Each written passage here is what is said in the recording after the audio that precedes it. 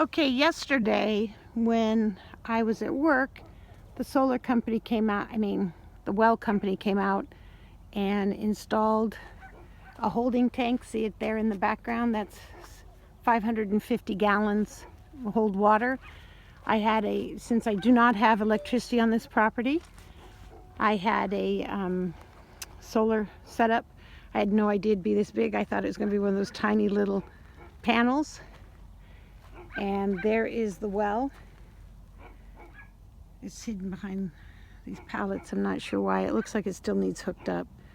But I'm pretty unhappy about it because, I hate to think I'm the only person with common sense, but the panels are supposed to face south, which they are, but they're on the north side of my well.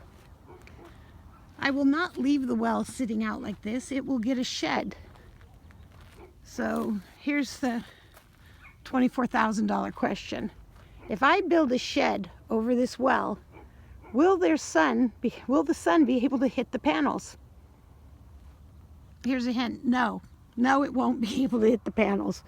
So I'm not really happy with this. They're supposed to be coming out to talk to me, but now they said they're going to charge me to move it. In every way, it's not good to not be here when someone's doing something, because I now have to face the consequences. It wasn't enough to tell them it had to face south. I had to physically be here because common sense did not prevail. Anyway, it's kind of cool. That's the ditch they dug that runs the water and the electricity to the float valve that is in this tank.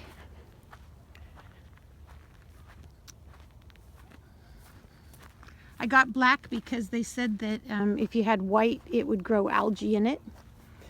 I also have these eco pads, they're called. I got them out of Canada. They're to help erosion, but we're using them as the base for the water tank. And next we will have to run the water. I bought these valves at Tractor Supply. I can hear my dogs over there. See, the stuff on the top, that is Greasewood Flats. That's the little homestead we've been working on. And right in front of me is Ladybug Acres. And we're borrowing my landscaper's skid steer. It's kind of cool.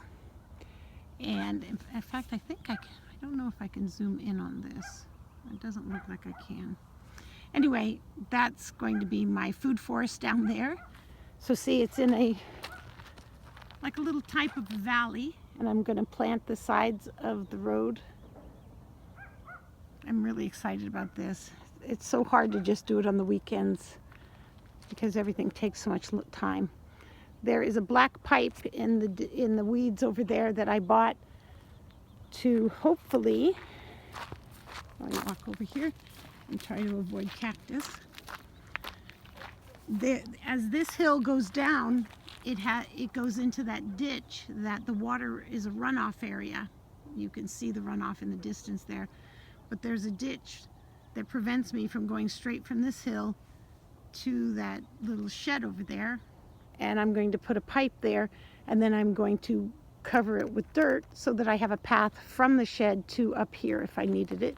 This is also where I'm hoping to build into the side of this mountain I'm standing on some sort of root cellar to keep any things out of the garden, make it last longer. There's my shadow.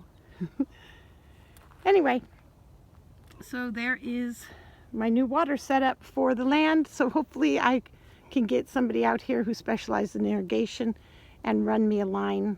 I can do it, but I would like it to be underground, and I definitely don't want to do the digging. So we'll run irrigation from this holding tank. It'll get pumped every day. The solar panels will run the pump. I do not have a battery set up on it yet, but it will. And then we will run the irrigation all the way along here to there. I may put another tote or another holding facility. I definitely think I might put something over here if I do everything right, I may not need the irrigation as much, but it does get very hot here. So that's it. I'll film the rest of it this weekend.